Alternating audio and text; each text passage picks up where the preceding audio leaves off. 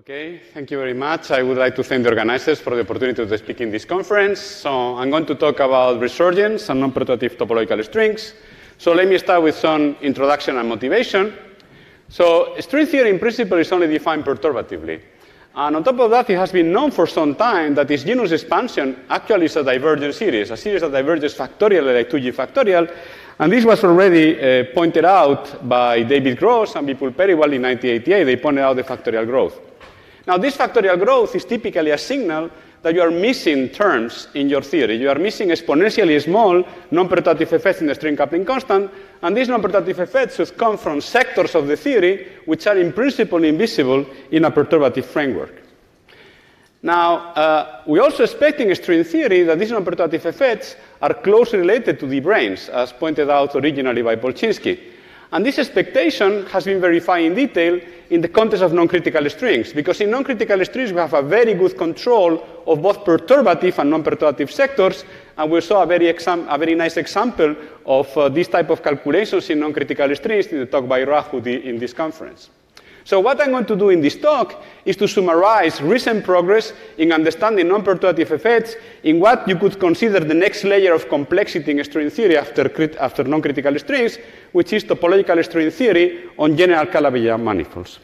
And I'm going to already tell you what is the main result. In line with the above expectations, we will see that the perturbative topological string free energies know secretly about the spectrum of BPSD branes on the Calabi-Yau. So this is, in a sense, a confirmation of all these ideas about non-perturbative effects in a controllable setting.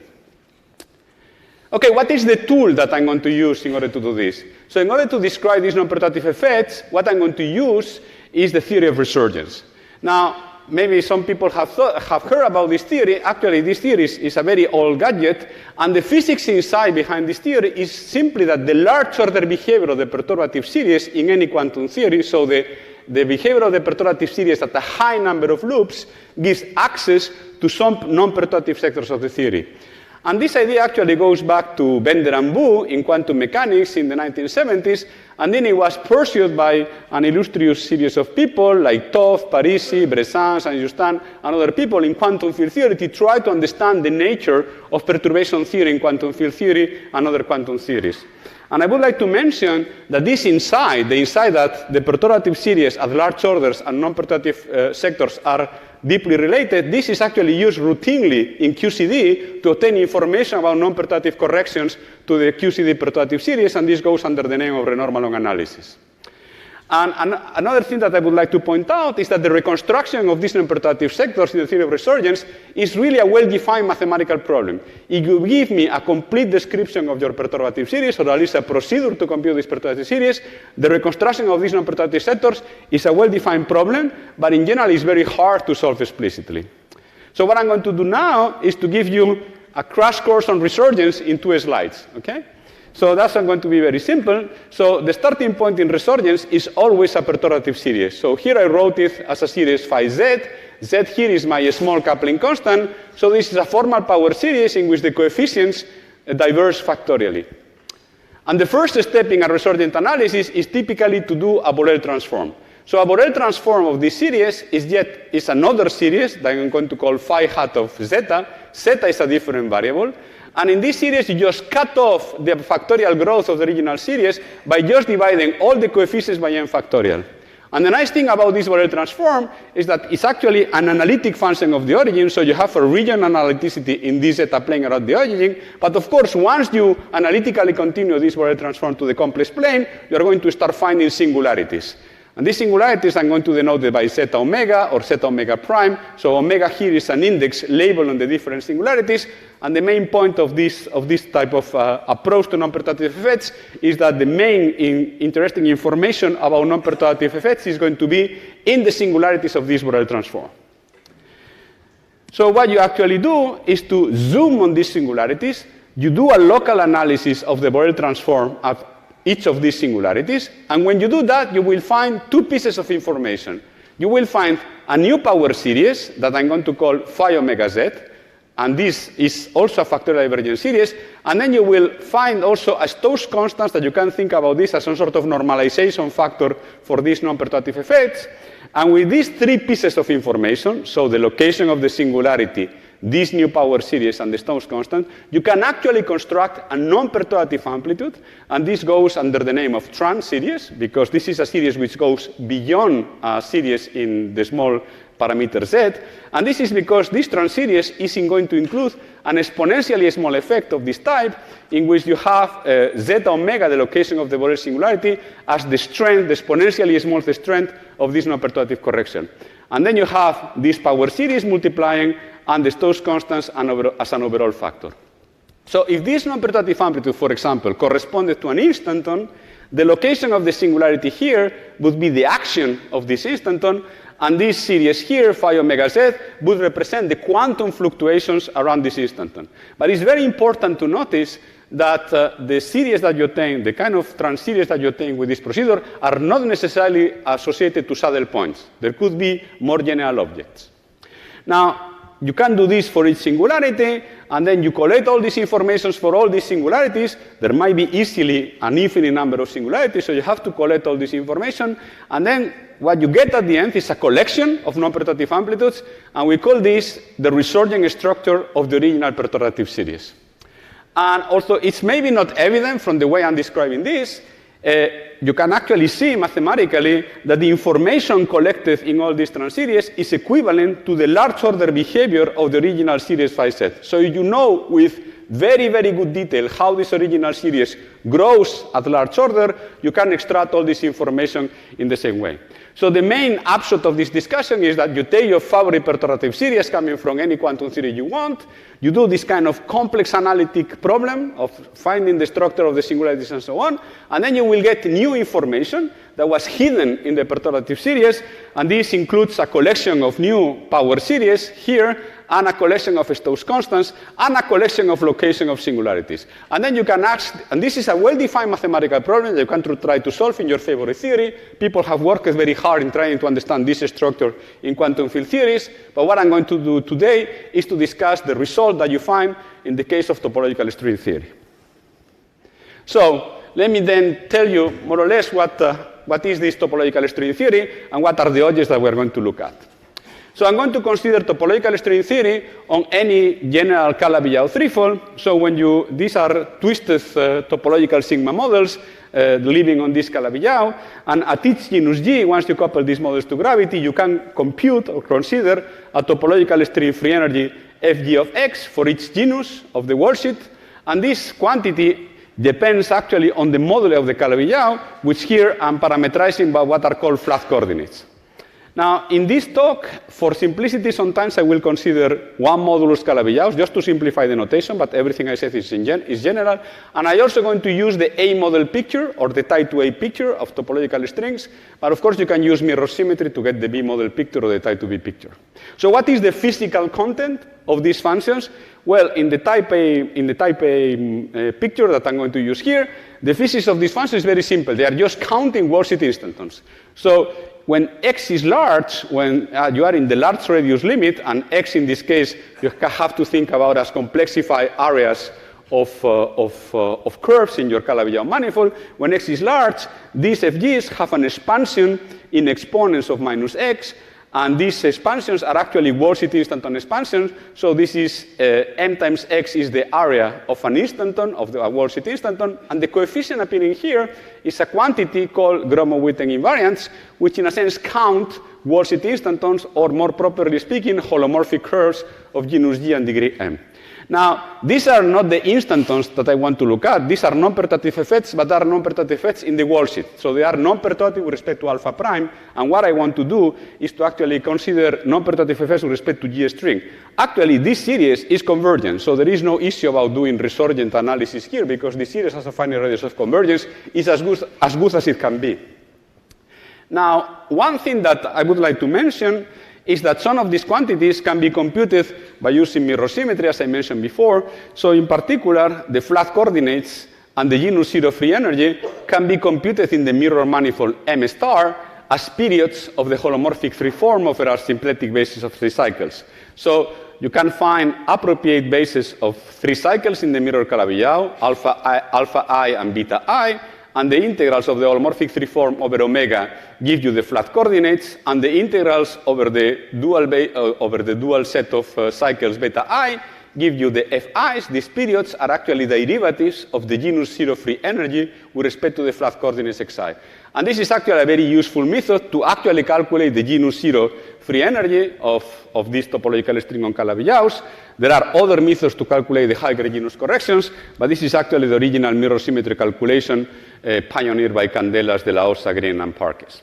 So genus by genus, so the upshot of this is that genus by genus you can calculate these free energies. There are very good algorithms and procedures to do this. But of course, what we want to do is to put all this genus information in a single series and see what is the nature of this series and how the series is going to diverge and what is the non-perturbative information that we can read from this series. So in order to define this series, you consider the total free energy, which is given by a factorial divergent expansion in the string coupling constant. So you take all these functions fg of x, you multiply by the appropriate power of the string coupling constant, and this is the series that we want to look at. And this series is factorially divergent, and if you fix the value of x, if you fix the moduli of the Calabi-Yau, these f of g's actually grow like 2g factorial, which, as I mentioned before, is the generic growth of a perturbative series in string theory. Now, what we want to do is to see if this program that people have applied in quantum field theory can be also applied to the topological string. So we want to understand what I called before the resurgence structure of this series. So let me remind you what is the resurgence structure of this series. In principle, what you have to do is to take a Borel transform of this series. You have to determine the location of the Borel singularities. And for each of these Borel singularities, you have to determine what is the corresponding non-perturbative amplitude of trans-series, including the Stokes constant. So this is a hard problem in complex analysis. And what I'm going to do now is to present you the answer for this problem. The answer is half derived, half conjectural, but I'm going to give you a rather complete picture of what is this resurgence structure. In other words, what is the non-perturbative information that you can read from this topological string genus expansion. Okay, so as I said, the first ingredient is you have to tell me where are these Borel singularities, which are going to become the strength of the exponentially small correction. So this is a very important step. And where are these Borel singularities?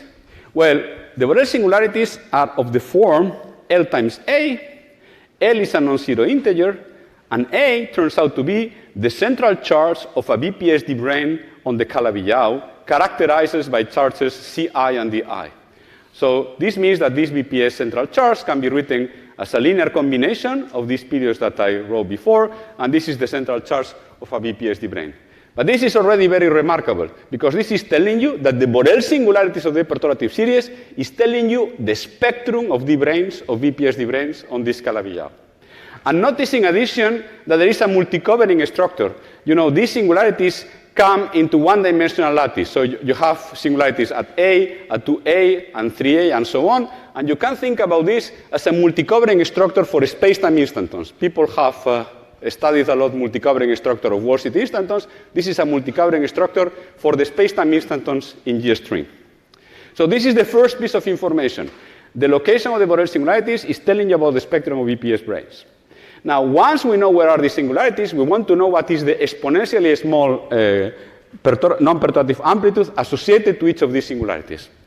So how do you do this?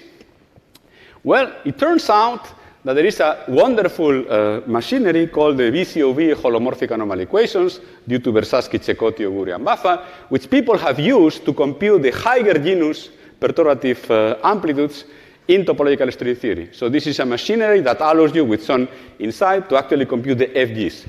Now, it was actually noted by Ricardo Schiappa, who is here, and his collaborators, that you can also use this machinery to compute non-perturbative amplitudes. And actually, you can find closed-form expressions for these non-perturbative amplitudes by using this machinery. And what is also quite remarkable, and this is not something that you find every day in this type of resurgence analysis, that except for this Stokes constant, everything in these non-perturbative amplitudes can be obtained just by using perturbative data. So if you know the perturbative data, you can reconstruct very simply this non-perturbative amplitude. So let me just give you one example of this amplitude. I think this is the most complicated equation in my talk. Okay.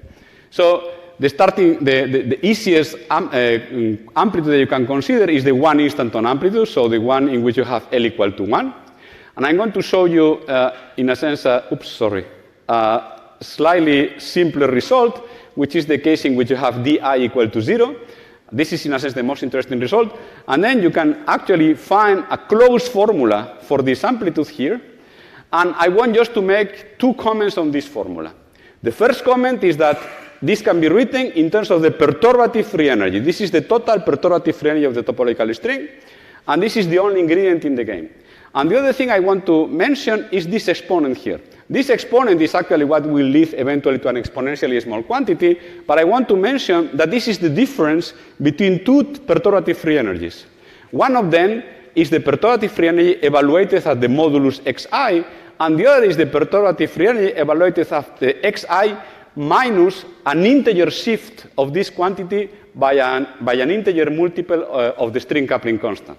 So, in a sense, this formula is telling you that the one instanton amplitude is obtained by changing the background of the Calabi-Yau, but modifying the flat coordinate in an integer multiple of string coupling constant, which in turn suggests that these Calabi-Yau periods, these Calabi-Yau coordinates, are quantized in units of the string coupling constant. And this is not surprising because this has been postulated in many large N dualities, but here we are not assuming any large N duality. This is derived from first principles using this holomorphic anomaly equation. So in a sense, this is valid for any Calabi-Yau, compact or not, and it's giving us some intrinsic bit construction of the Calabi-Yau. And another comment is that this exponent is also exactly what you find when you do eigenvalue tunneling in matrix models. So even if you are working on a compact Calabi-Yau, it looks like the physics of this non-perturbative topological string is very similar to large N instantons in matrix models. And I will come back to this at the end of the talk. Okay, so this is my second ingredient. Let me elaborate a little bit on this. I show you the one instanton function, but you can also compute the full multi-instanton non-perturbative amplitudes, and this can be also obtained in closed form. I don't want to write a formula because this becomes probably not very illuminating, but I want to make a comment, is that there is a very nice way of understanding multi-instantons in Resurgence, which is by using a notion of Ekal, which is the Stokes automorphism. So Stokes automorphism means that you think about non-perturbative corrections as discontinuities of some resummations of your perturbative series.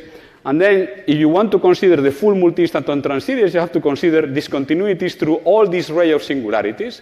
And it turns out that in this language, what you obtain is closely related to another object that was introduced in the context of Donaldson-Thomas theory, which are Kontsevich-Soibelman automorphisms through BPS rays.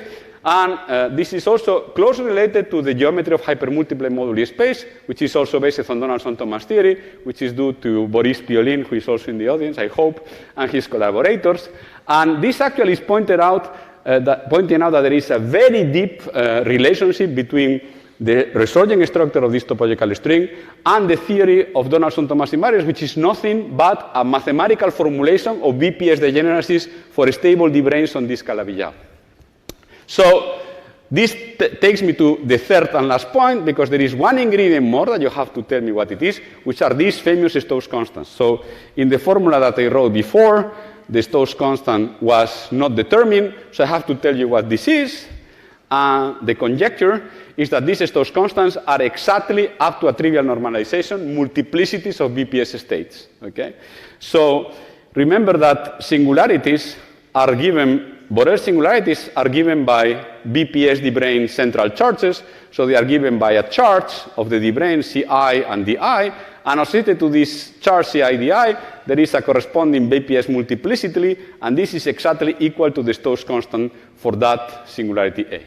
So this is a complete picture of this structure of Borel singularities. Here you have the full information, and part of this picture is conjectural, part of this picture can be derived, but there is a lot of direct and indirect evidence for these conjectures, for all kinds, structural, numerical, and so on. So let me just mention one particular piece of evidence for these conjectures, which is actually based on the Gopakumar-Baffa formula that Palti was showing, I think, in his slides. So this Gopakumar-Baffa formula tells you that the perturbative free energies can be computed from the knowledge of D2, D0 bound states.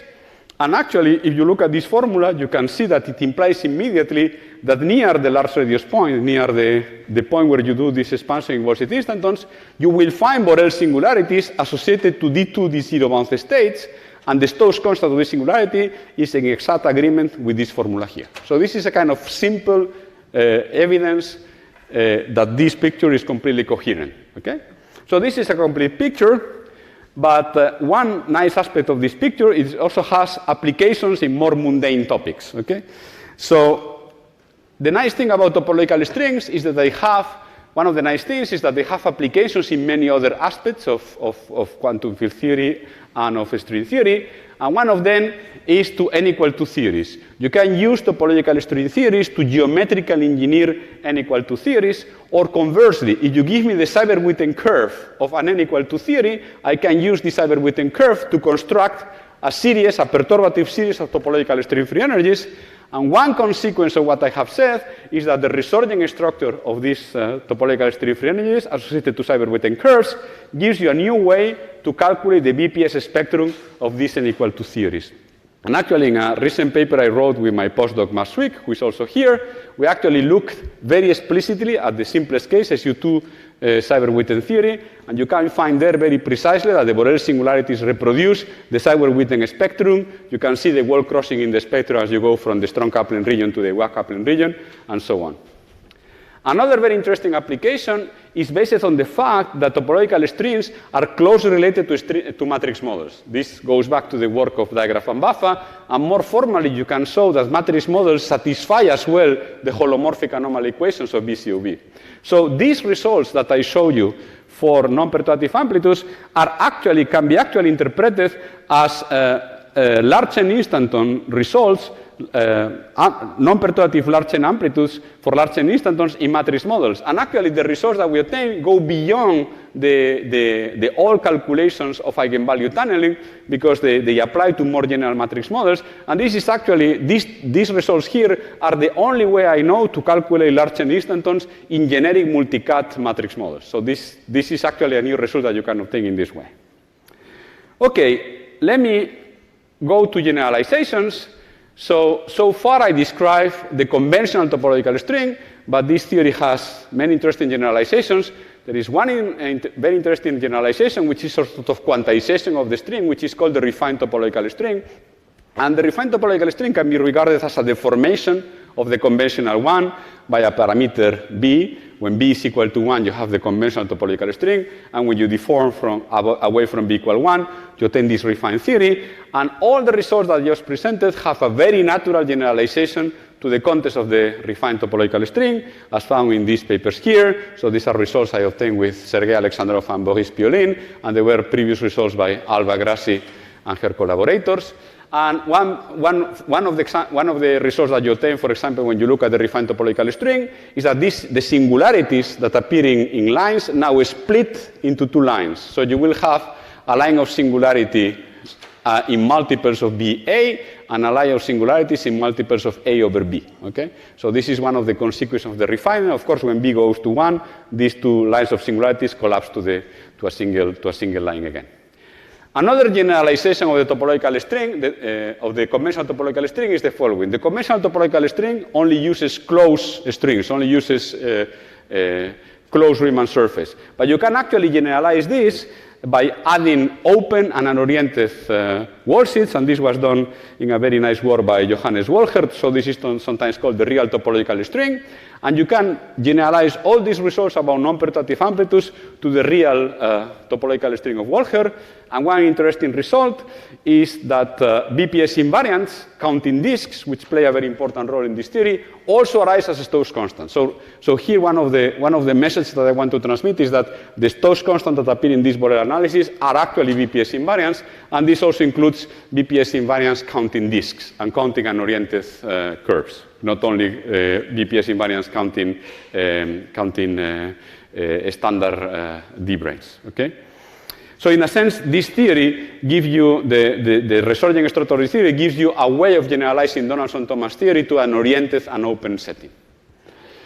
Okay, so let me come to the conclusions. I hope I have convinced you that the non-perturbative aspects of the topological string can be explored with the theory of resurgence. And this actually is a very nice verification of all these ideas about non-perturbative effects in string theory, in the sense that the larger the behavior of the string perturbative series, in this example, contains very precise information about the deep brain spectrum.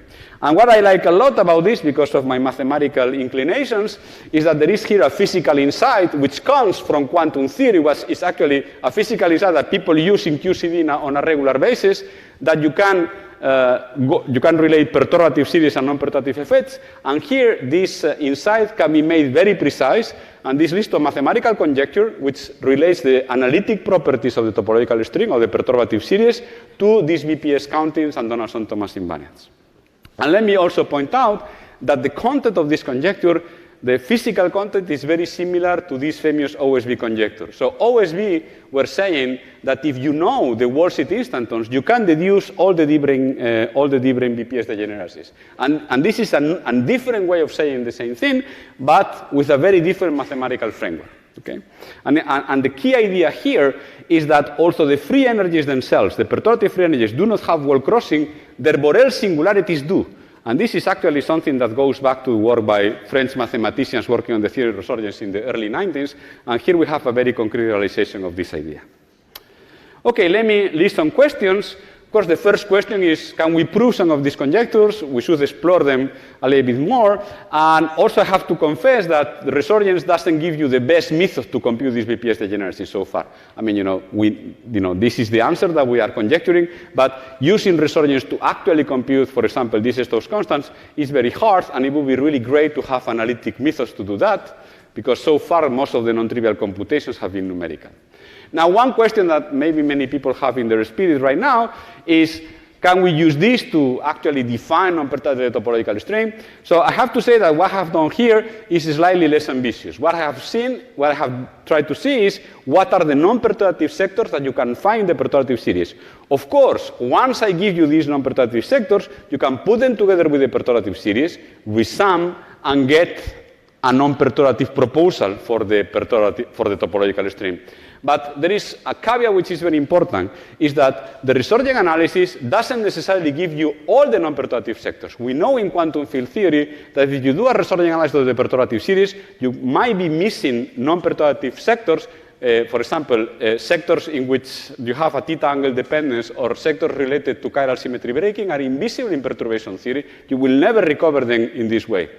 So maybe here there are additional non-perturbative sectors that this resurgent analysis is not seeing, and we need additional input. And of course, these ideas have been, we have developed these ideas in topological string theory, and it would be very nice to see if this can be extended to more general string theories, maybe using large chain dualities. And let me point out that today Nikolai Bobev was telling us about ABGN theory, and he was showing us this FG of lambda. These FG of lambdas in ABGN theory are actually FG lambdas of the topological string in a particular Calabi-Yau. So all these ideas apply to the description of type 2A superstring on ADS 4 times CP3. So this is just one example. Of course, it's a cheap example because we know that this is related to topological stereo, but it's already a physical superstring for which all these results apply directly. Okay, I think that's everything, and thank you very much for your attention.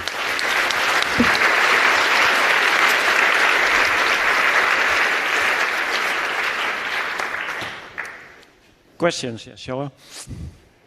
So I guess on general grounds, I guess you would expect that string perturbation theory in heterotic string also diverges, but we don't quite know the analogs of the deep brains. Is there any quantities or setups in topological string which is controllable, which is related to somehow heterotic string through the duality? Well, yeah, I haven't thought at all about the heterotic string. I mean, of course, we expect that you have this general 2G factorial divergence, but I don't know what would be the objects that would play this role. I mean, maybe you can use some, heterotic type 2A dualities to try to kind of close a little bit further, get a little bit closer to this kind of framework, but I haven't really thought at all about this question.